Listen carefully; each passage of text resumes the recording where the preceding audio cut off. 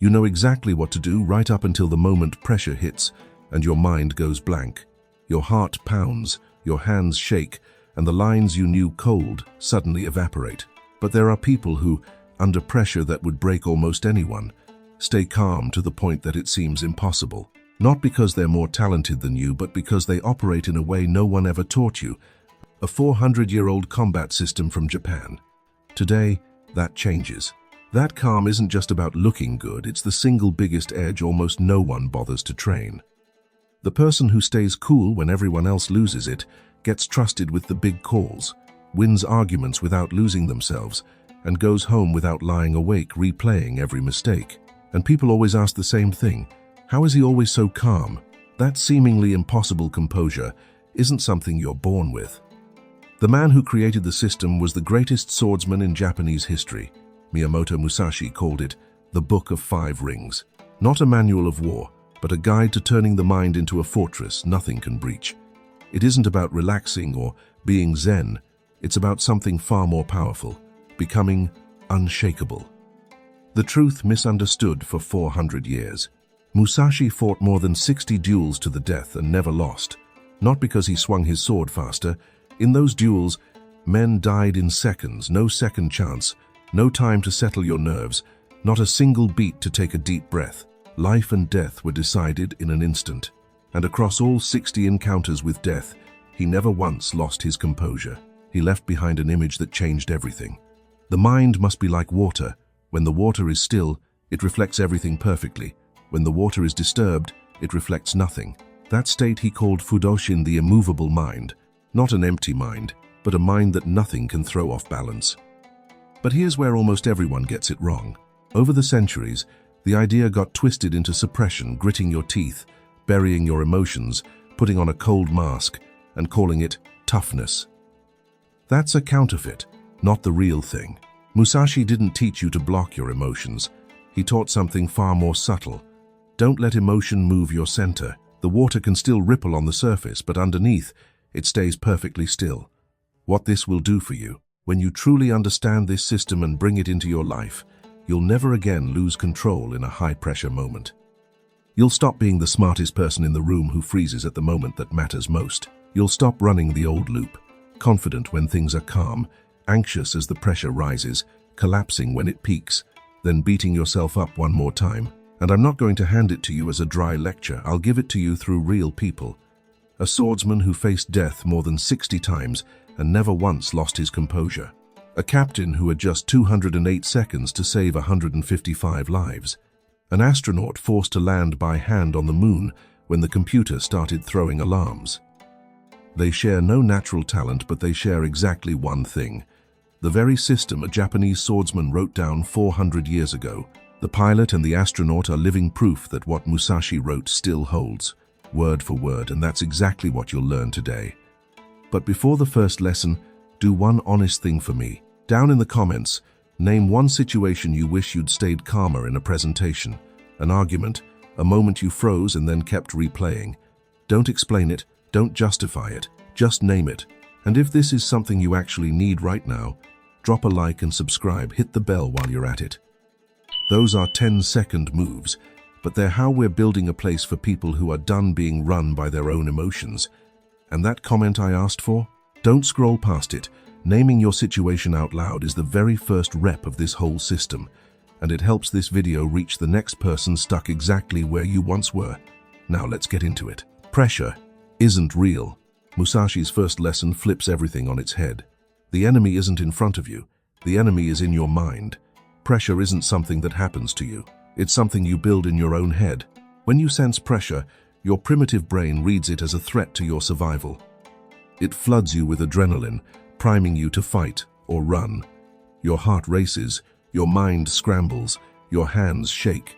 But you're not reacting to the real situation, you're reacting to the movie your mind is running about it. The interview doesn't create the pressure. What creates the pressure is the film you play for yourself. If I blow this, everyone will see I'm worthless and my career is over. To your brain, that movie is more real than the room you're sitting in, and it reacts as if a tiger were attacking you. So, there are two kinds of calm. The mask of suppression we just talked about is fake calm. It burns an enormous amount of energy and always cracks at the exact moment you need it most. And it cracks for a simple reason. Suppression is a fight, and a fight always has two sides.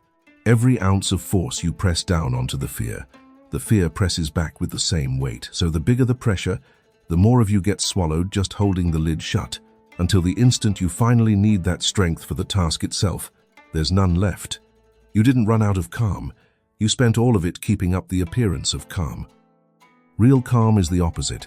Your center simply doesn't move because you've stopped reading the situation as a threat. Musashi's entire system exists to take you from the first to the second. And pressure doesn't push everyone the same way. Some people freeze mind blank, tongue-tied. Others go the opposite direction. They blow up anger surges, the voice spikes, and out come words they'll regret 10 minutes later. They look like opposites, but the root is identical. Both are the primitive brain grabbing the wheel. Freezing is fleeing. Blowing up is fighting two sides of the same reflex. So if your problem isn't fear but the anger that erupts when you're cornered, don't worry. The same system fixes both. The person with the immovable mind still feels the anger, but it ripples on the surface, never reaching the bottom, never wrenching the wheel out of their hands. And here's something you can do the very next time pressure hits, before you've learned the whole system. 3 steps, a few seconds. 1. Notice your body, the tight chest, the fast heartbeat, the cold hands, and remind yourself that's just an alarm, not an order. 2. Say out loud, quietly, what your head is imagining. I'm scaring myself with the idea that if I fail, my life is over. 3. Ask what's the worst that can actually happen, and what do I need to do right now? That's it. You won't kill the fear, but you've just wedged a sliver of clarity between the jolt of fear and your reaction, and that's the whole game. Chapter 1. The 13-year-old boy. In 1596, in a Japanese village, a wandering swordsman named Arima Kihei posted a sign challenging anyone brave enough to step forward. The one who stepped forward was a 13-year-old boy. Minutes later, the grown swordsman lay dead on the ground. That boy's name was Miyamoto Musashi. That was only the beginning. At 16, he cut down another seasoned swordsman. By 21, he faced the famous Yoshioka clan of Kyoto alone, the house that had trained the shogun's own swordsman, and walked away whole. Over the course of his life, Musashi fought more than 60 duels to the death. He never lost a single one. Stop on that number for a second. More than 60 times, he stepped into a moment where one wrong blink, one shaky hand, 1 second of hesitation would cost him his life. No second chance, no time to settle down. And more than 60 times, he walked away alive, not because he swung his sword faster than everyone else, but because something in him never wavered, even as another man's blade came flying at him. The question that has haunted people for 400 years is this: how does a man keep his mind that's still in a place where fear should swallow anyone whole? Musashi didn't take the secret to his grave. At the end of his life, he wrote it down as 5 rings. Chapter 2. The secret isn't in the sword. Here's where almost everyone guesses wrong. People assume Musashi won because his swordsmanship was sharper. But he himself wrote that the outcome was decided long before the sword ever left its sheath. He didn't settle himself while his opponent charged by that moment. It's already too late to control a panicking mind. He walked into the duel already in a winning state. And here's what surprises a lot of people. That principle didn't die with the age of the samurai. It works exactly the same in the cockpit of a plane about to crash, in the cabin of a craft descending to the moon, in an emergency room, in the conference room where you're sitting right now. Musashi was simply the first to write it down as a system 5 rings: earth, water, fire, wind, and void. We'll go through each one, and you'll see how the best people of the modern era have lived out each ring exactly. Chapter 3. The first ring, earth. The first ring, earth, is the ground everything else stands on. Musashi laid down a principle that sounds trivial but is torture to practice. Hold one and the same state of mind in every situation, when holding a sword and when pouring tea, when facing an enemy, and when sitting alone. The Japanese call that constant state heijoshin, the unchanging mind, no matter what's happening around you, not becoming an emotionless machine, but keeping your center exactly the same no matter how the surface ripples. Musashi understood something crucial. You can't learn to swim in the middle of a storm. You train in calm water first. That's why he drilled the same stillness across thousands of ordinary hours, so that when a real blade was finally pointed at him, that stillness wasn't something he had to go looking for. It had already become his default.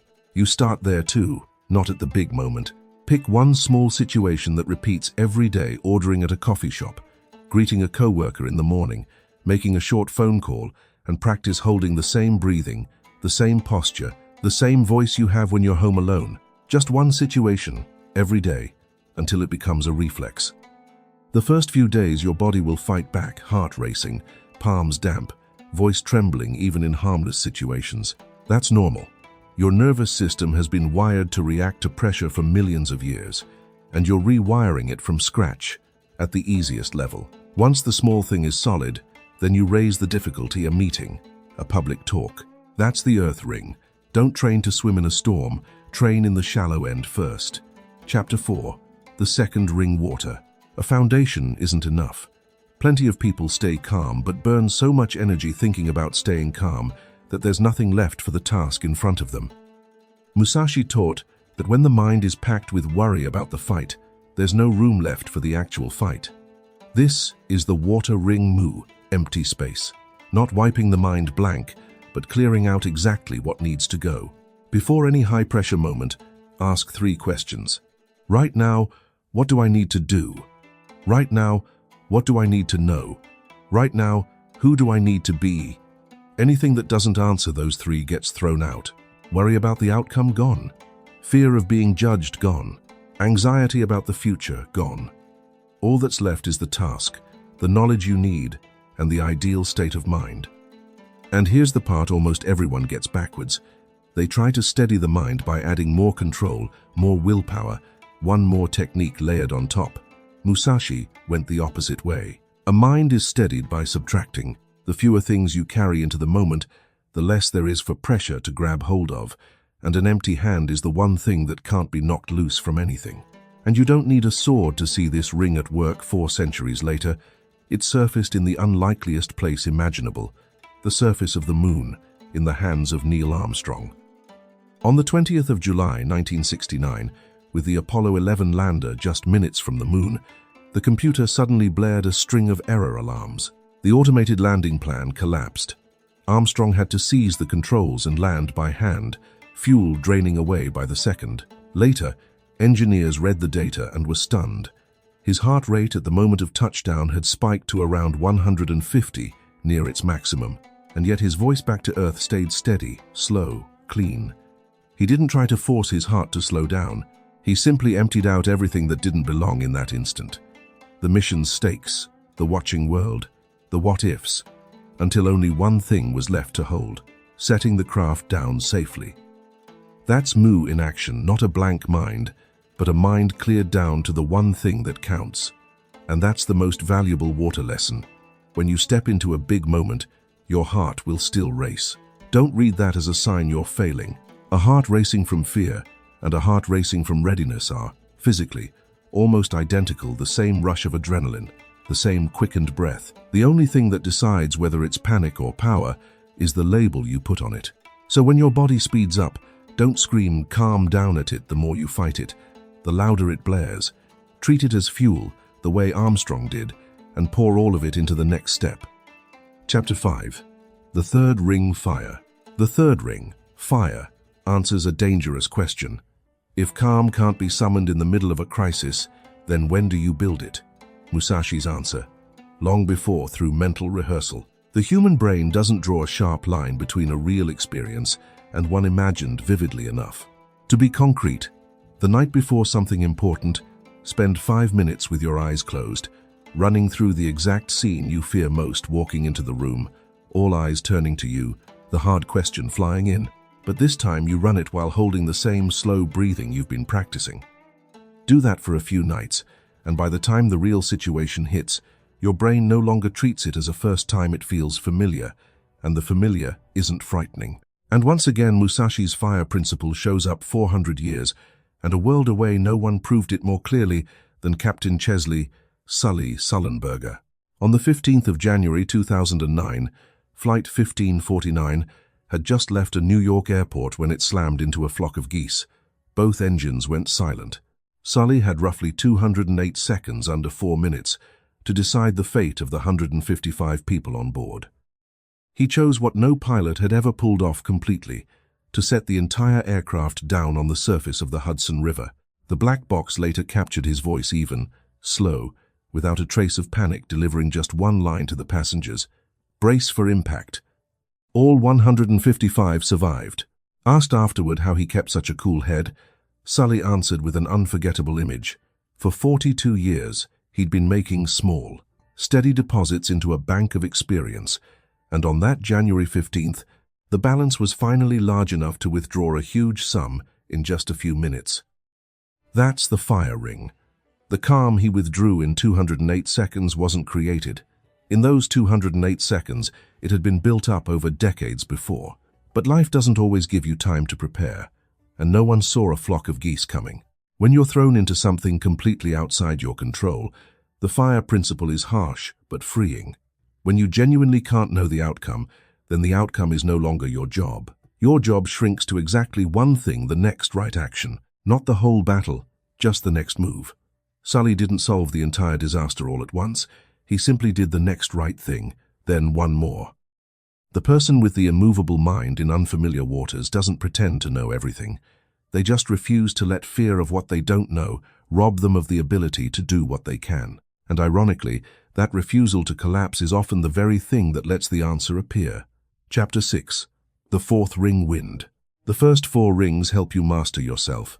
The fourth ring, Wind, is mastering how you look outward, observing without reacting emotionally. Most people, as pressure rises, narrow down.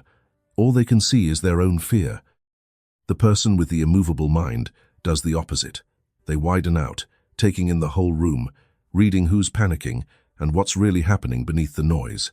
A person yelling is no longer an attack, just a data point. This person is afraid. A number turning bad is no longer a death knell, just information that needs an action. There's a small trick to keep that distance. When an emotion surges up, don't say "I'm angry." Say "I'm feeling anger rise." It sounds nearly the same, but it's a world apart. In the first, you are the anger. In the second, you're the one observing it.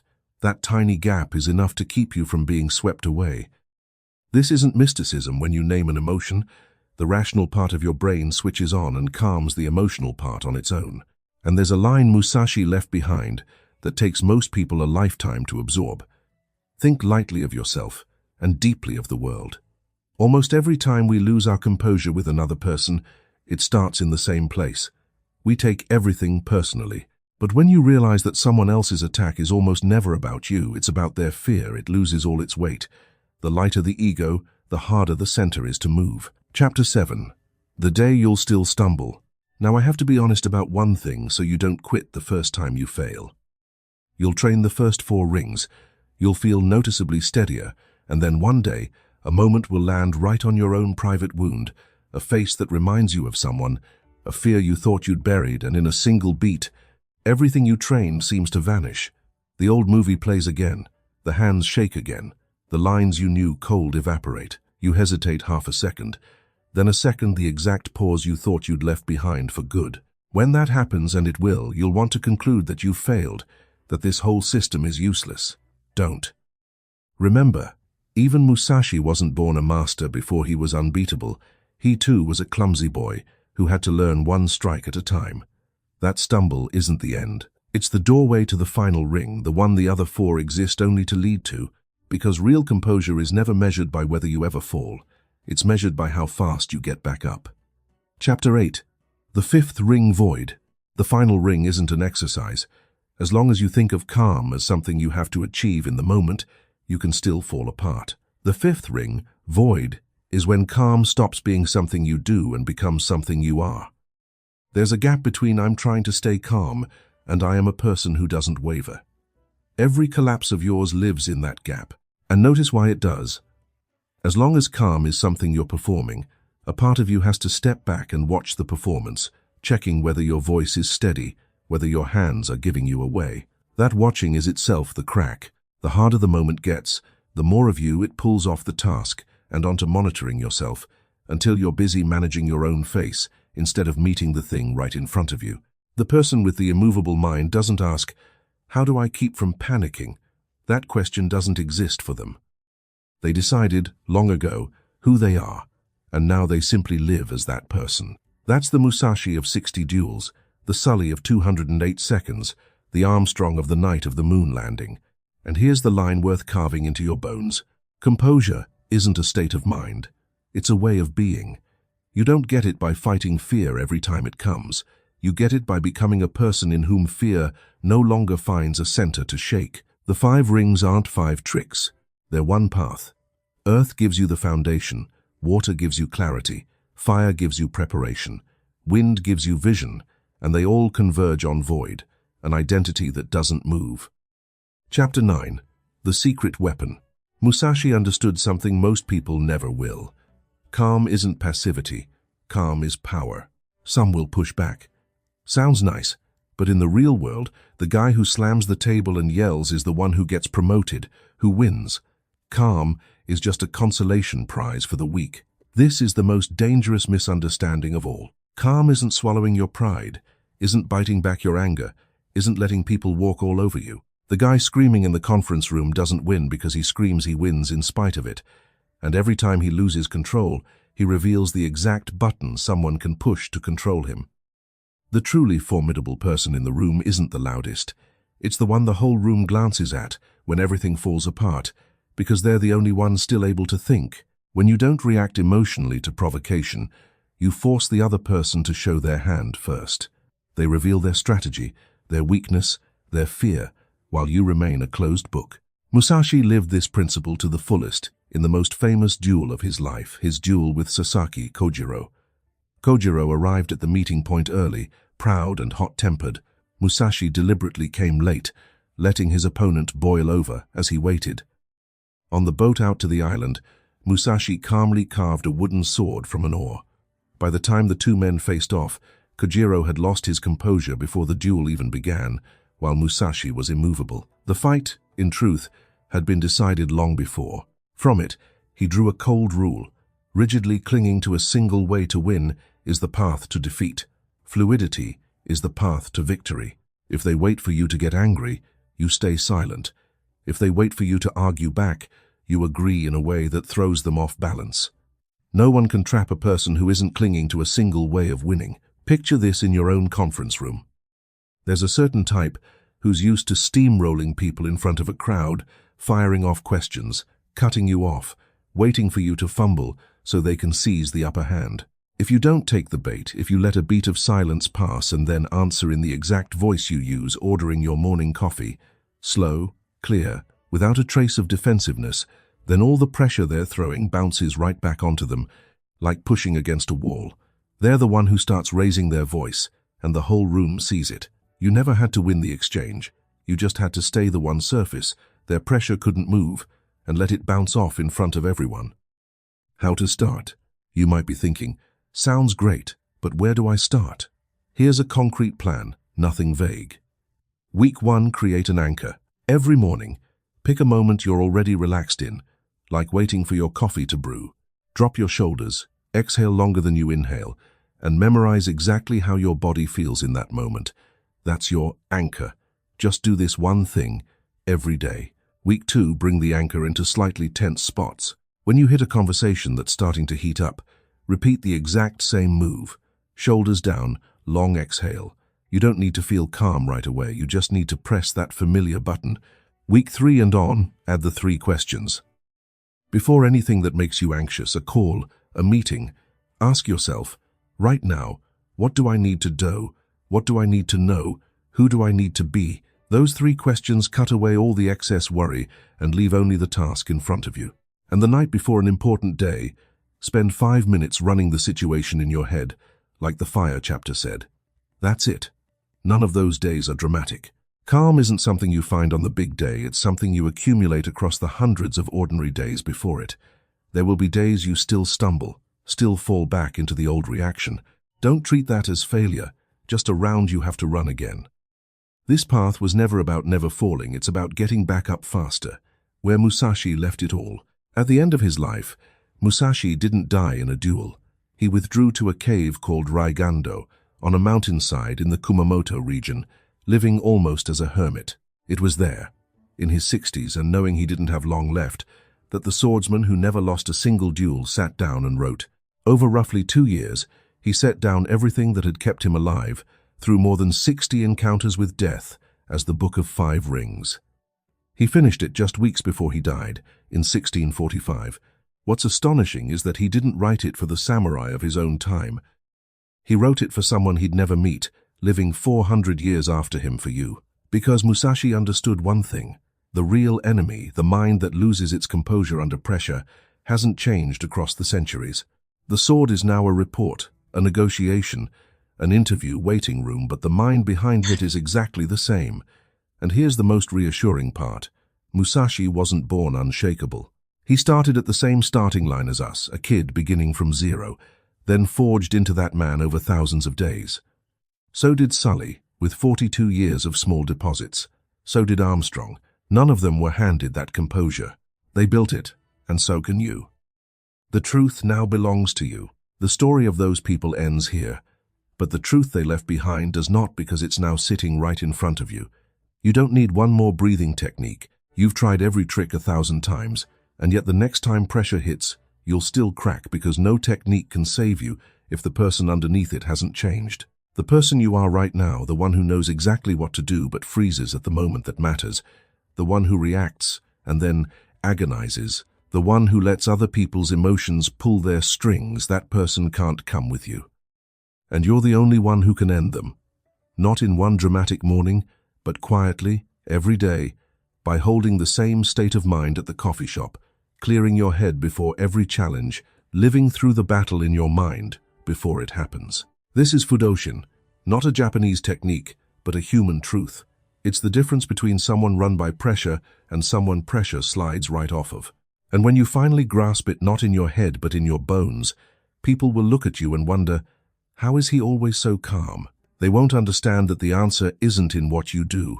You don't do anything. You've simply become that person. Closing, the question that remains is this: do you truly want this level of composure? Because it isn't about learning a few relaxation tricks. It's death and rebirth, the death of the reactive person in you, the birth of the unshakable one. And when that transformation is complete, you'll understand the secret Musashi immortalized 400 years ago. Real power doesn't come from reacting to pressure, but from being so grounded that pressure simply slides off. If this changed how you see calm, hit like and subscribe, then stick around. We're forging something for people who are done being run by their emotions, and that one like genuinely decides whether this reaches the next person who needs it. And before you go, look back at the situation you named in the comments. The next time it comes, you won't be the same person. Then tell me, of the 5 rings, earth, water, fire, wind, void, which one hits you hardest? And which one do you need to train most right now? Write one line in the comments that's your first small deposit into your own bank. Don't wait until you feel ready. Readiness is a borrowed flame. The mind must be like water. See you in the next video.